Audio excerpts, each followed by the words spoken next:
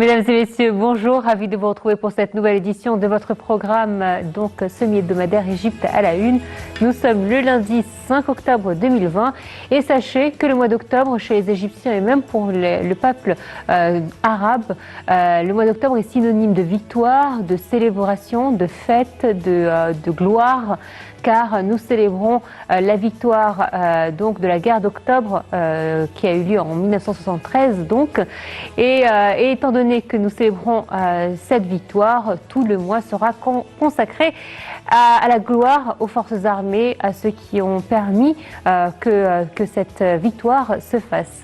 Et donc, bien évidemment, comme chaque année, le président de la République, Abdel Fattah el-Sisi, commandant suprême des forces armées, a déposé une gerbe de fleurs sur le mémorial des martyrs des forces armées dans la banlieue de Madinat Nasr à l'occasion des célébrations du 47e anniversaire de la victoire du 6 octobre.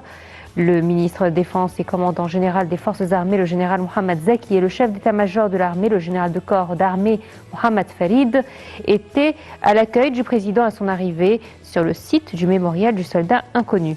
Le président a aussi déposé des gerbes de fleurs sur les tombes des feux présidents Anwar el-Sadat et Gamal Abdel Nasser.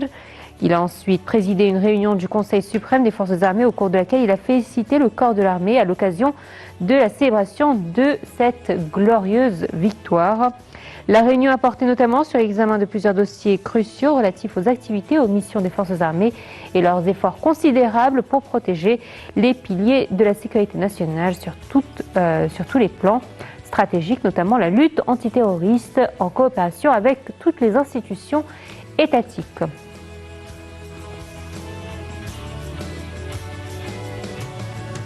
On reste dans cette ambiance de fête avec le commandant général des forces armées et ministre de la Défense et de la production militaire Mohamed Zaki qui a adressé un message de vœux au président Abdel Fattah el-Sisi à l'occasion du 47e anniversaire de la victoire d'octobre.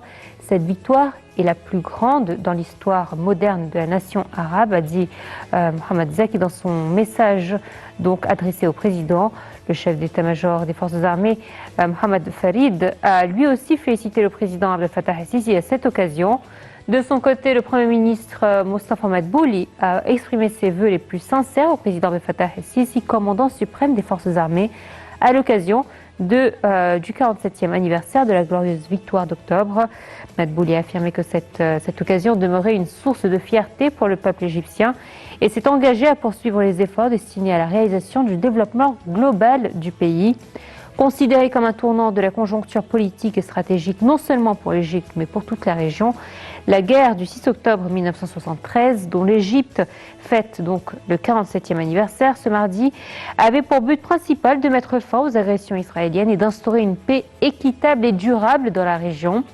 Le 6 octobre 1973, l'armée égyptienne franchit le canal de Suez. Le 23 octobre, l'Égypte accepte le cessez-le-feu après que l'ONU eut appelé les belligérants à négocier en vertu de la résolution 338 du Conseil de sécurité. Le 11 novembre, Israéliens et Égyptiens signent un accord au kilomètre 101 suite auquel ils reviennent sur leur position d'avant le conflit. En marge de ces célébrations, le président Abdel Fattah el-Sisi a reçu dimanche au palais présidentiel d'Al-Ittihadiyya son homologue kényan, le président donc Uhuru Kenyatta, le chef de la diplomatie égyptienne Sabah Chokri et le chef des services de renseignement, le général Abbas Kamel, étaient également présents lors de cette rencontre.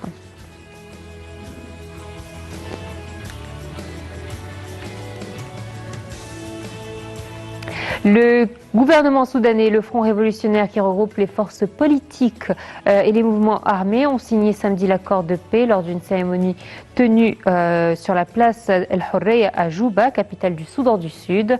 Le Premier ministre Mostafa Madbouli, accompagné d'une délégation égyptienne de haut niveau, a assisté à cette cérémonie et signé l'accord en tant que témoin.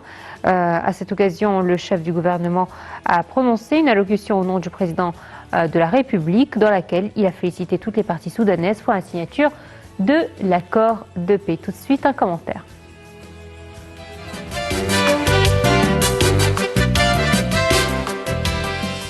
Le Premier ministre Mostafa Madbouli, accompagné d'une délégation de haut niveau, a assisté à la cérémonie de signature finale de l'accord de paix entre le gouvernement soudanais et le Front révolutionnaire tenu sur la place Al-Hurriya à Juba, capitale du Soudan du Sud. Le Premier ministre Mostafa Madbouli, accompagné d'une délégation de haut niveau, a assisté à la cérémonie de signature finale de l'accord de paix entre le gouvernement soudanais et le Front révolutionnaire tenu sur la place Al-Hurriya à Juba, capitale du Soudan du Sud. La cérémonie, retransmise en direct par la télévision soudanaise, a commencé par la signature par le premier vice-président du Conseil souverain du Soudan, le général Mohamed Hamdan Daglo, représentant le gouvernement soudanais et les chefs des factions et mouvements qui forment le Front révolutionnaire. Ont signé l'accord en tant que garant le chef du Conseil souverain du Soudan, le général Abdel Fattah al-Burhan, le président du Soudan du Sud, Salva Kiir, le président du Tchad, Idriss Déby, et le ministre émirati de l'énergie, Sohail al-Mazroui, qui présidait la délégation de son pays à la cérémonie.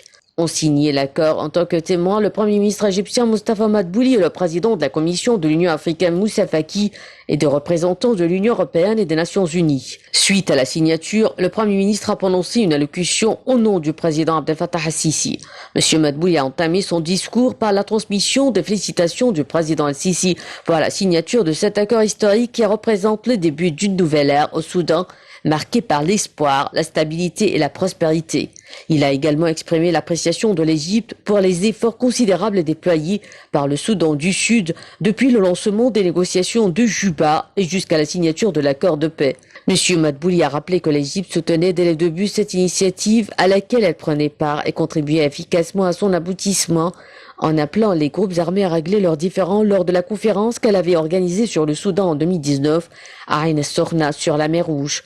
Le chef du gouvernement égyptien a assuré que la mise en application de l'accord de paix au Soudan était beaucoup plus importante que sa signature, évoquant les conséquences politiques, économiques et sécuritaires de cet accord et appelant les deux parties à placer au premier rang de leurs priorités les intérêts du Soudan. M. Madbouli a conclu que le continent africain était riche en ressources naturelles et humaines et qu'il s'avérait important de les exploiter pour réaliser le développement de l'Afrique.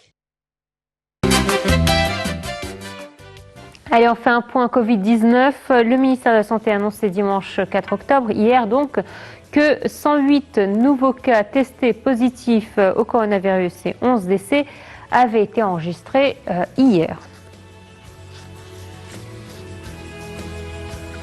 Et donc justement, alors que la pandémie continue à se propager à travers le monde, le Fonds russe d'investissement direct et l'un des plus grands fabricants de médicaments égyptiens se sont entendus sur la livraison dans le pays de 25 millions de doses du vaccin russe Sputnik 5, indique un communiqué du fonds diffusé le 30 septembre. Alors, grâce à un accord passé entre le Fonds russe d'investissement direct, le RDIF et le grand fabricant de médicaments égyptien, 25% de la population égyptienne aura accès au vaccin. Par la suite, il est prévu de le diffuser donc également dans les pays voisins de l'Égypte. Le ministère russe de la Santé a enregistré en août le Sputnik 5, le premier vaccin anti-Covid au monde, mis au point par le centre Gamaleya. Le RDIF a participé à son développement. Plus de 50 pays du Proche-Orient, d'Asie, d'Amérique latine, d'Europe et de l'espace post-soviétique ont passé des commandes pour l'achat du Sputnik 5. Précédemment, le RDIF avait fait état d'ententes ad hoc avec des partenaires au Mexique sur la livraison de 32 millions de doses, au Brésil pour 50 millions, en Inde jusqu'à 100 millions, en Ouzbékistan pour 35 millions et au Népal pour 25 millions.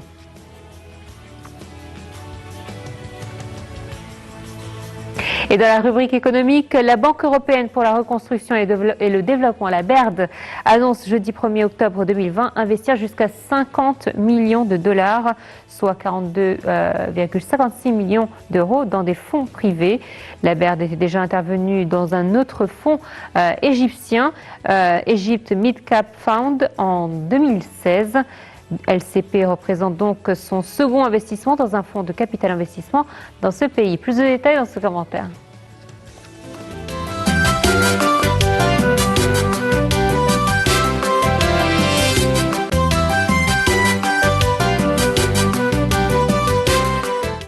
La Banque européenne pour la reconstruction et le développement BERD annonce jeudi 1er octobre 2020 investir jusqu'à 50 millions de dollars dans le fonds privé LCP2 de Lorax Capital Partners. Cette somme va permettre à LCP, fonds indépendant basé au Caire, de prendre des participations dans les petites et moyennes entreprises égyptiennes et de renforcer la résilience du secteur financier en Égypte, comme le précise un communiqué de la BERD. La collecte de fonds propres est confrontée à des temps extrêmement difficile dans la région du sud et de l'est de la Méditerranée en raison de la pandémie Covid-19 et les petites entreprises font face à une diminution de leur activité et à un manque de liquidité, commente la BERD. L'investissement de la BERD dans le LCP Fond 2 contribue au développement du capital investissement en Égypte et aidera à fournir une croissance du capital à long terme aux petites et moyennes entreprises de la région, se félicite Anne Fosmal, directrice de la BERD et chef de l'équipe des fonds d'investissement. LCP a déjà levé avec l'aide de la BERD 142 millions de dollars en septembre 2020, lui permettant de lancer son premier fonds de capital investissement. Le fonds vise des engagements totaux de 250 millions de dollars. La BERD était déjà intervenue dans un autre fonds égyptien SDR, Egypt Mid-Cap Fund, en 2016. LCP représente donc son second investissement dans un fonds de capital investissement en Égypte.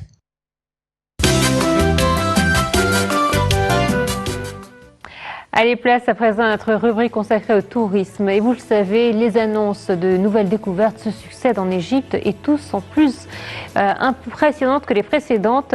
Cette fois-ci, la nécropole égyptienne antique de Saqqara, au sud du Caire, où près d'une soixantaine de sarcophages en parfait état de conservation ont été découvertes. Alors les 59 sarcophages mis au jour dans la nécropole ont été exposés donc le 3 octobre 2020 à l'occasion d'une conférence de presse à laquelle ont participé donc le secrétaire général donc du Conseil des Antiquités, mais aussi le ministre des Antiquités, Khaled El-Anani. Je vous propose tout de suite de découvrir en images.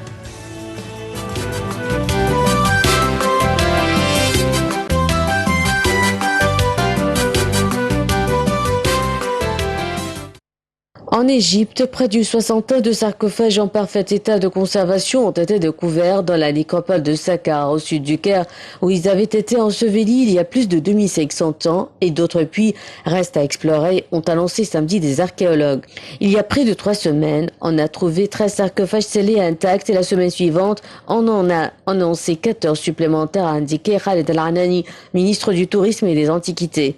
Il a révélé que 59 sarcophages ont été retirés du puits ce samedi 3 octobre 2020 sur les lieux de la découverte réalisée à proximité de la célèbre pyramide à 2 grès de Djezer, construite il y a 4700 ans et première de l'ère pharaonique. Ce n'est que le début, assure le ministre du Tourisme et des Antiquités, car il reste un nombre inconnu de sarcophages dans d'autres puits. Ce n'est pas la fin de la découverte, je considère que c'est le début du grand découverte, a lancé le ministre, précisant que les sarcophages de bois dataient probablement de la 26e dynastie de l'Égypte ancienne, autour des 6e et 7e siècles avant Jésus-Christ.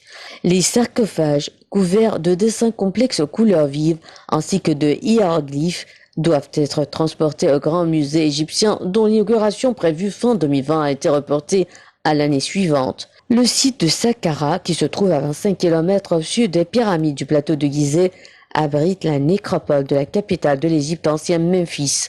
Il est classé au patrimoine mondial de l'UNESCO. C'est la première découverte depuis que la pandémie de nouveau coronavirus a atteint l'Égypte, entraînant la fermeture des musées et sites archéologiques pendant 3 mois.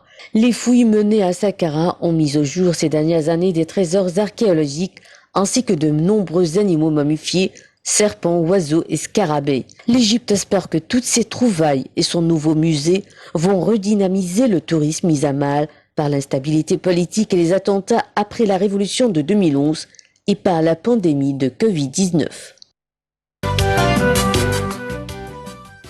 À présent, je vais vous parler d'un artiste en particulier. Il s'agit de Alain Awad. Retenez bien son nom car c'est un artiste qui a su refaire vivre les monuments antiques.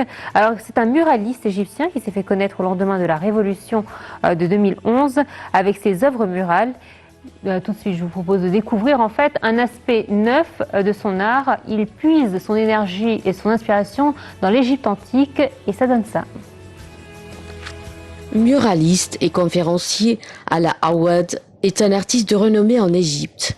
Il s'est fait connaître grâce à ses créations murales suivant la révolution égyptienne. Dans ses œuvres, Ala parle de la société de son pays et s'inspire des Égyptiens.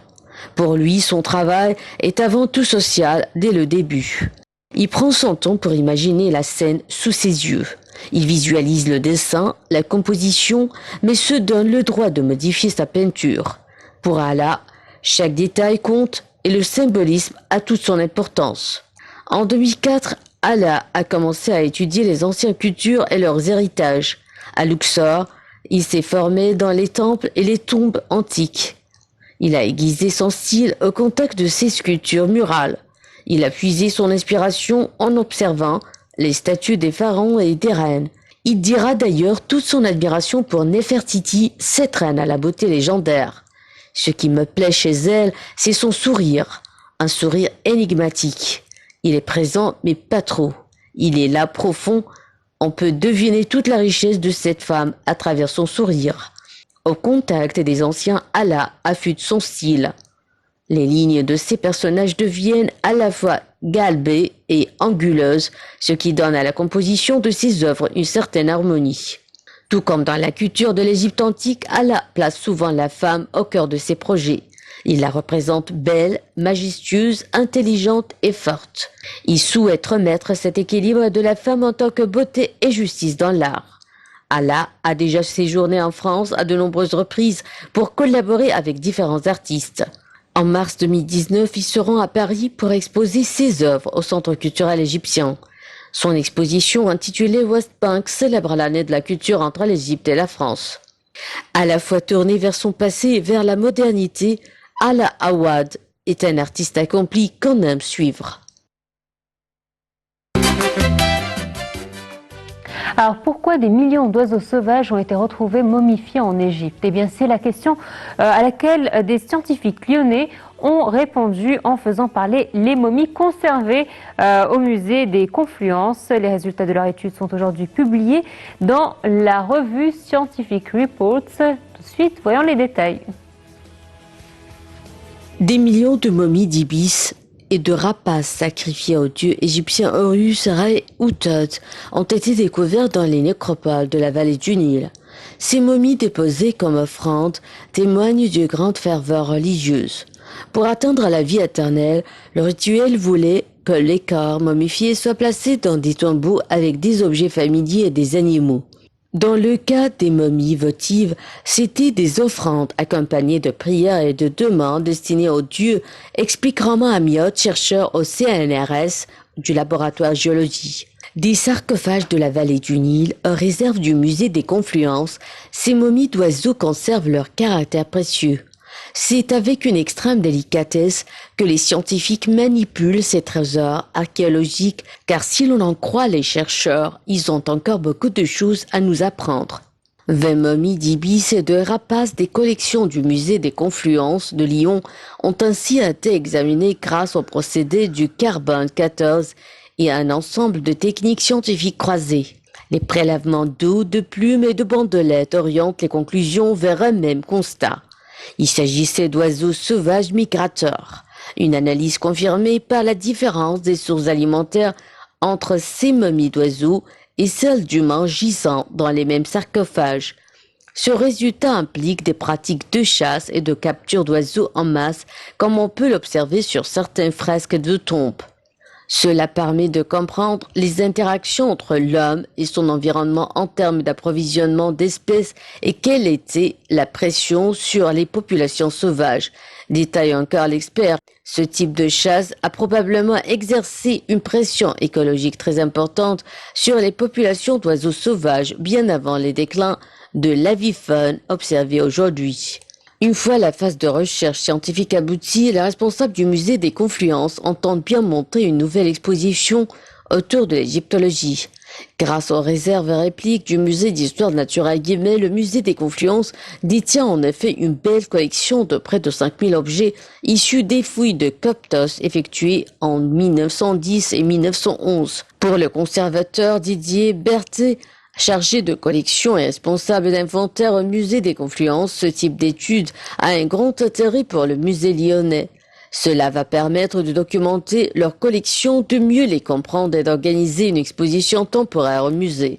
Le musée des Confluences possède aujourd'hui environ 2500 momies animales, qui constituent la collection la plus riche au monde, après celle du musée du Caire.